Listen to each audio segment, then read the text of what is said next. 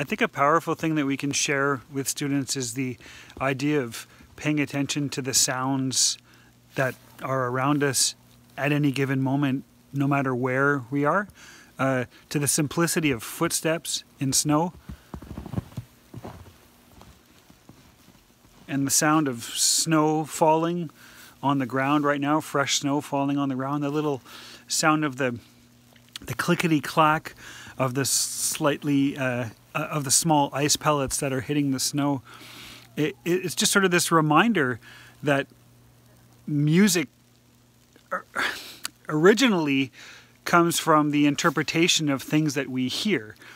And so by paying attention to our immediate surroundings and the sounds that are created naturally in the environment, whether that be from cars or people talking or walking or birds or the wind in the trees, it just makes life better because we can pay attention to our immediate surroundings and recognize the beauty in that sort of sonic landscape.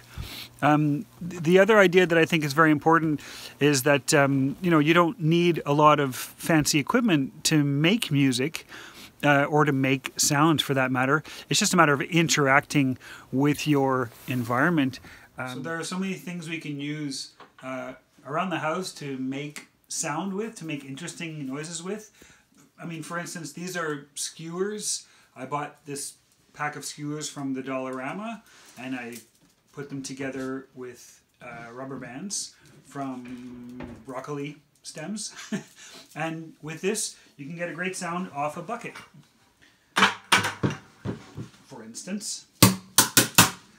So, this kinds of experimentation might lead to greater interest and a lifetime of sort of wanting to seek out more musical knowledge. And with a little bit of technical training, you can get to a really fun place where you can actually play beats together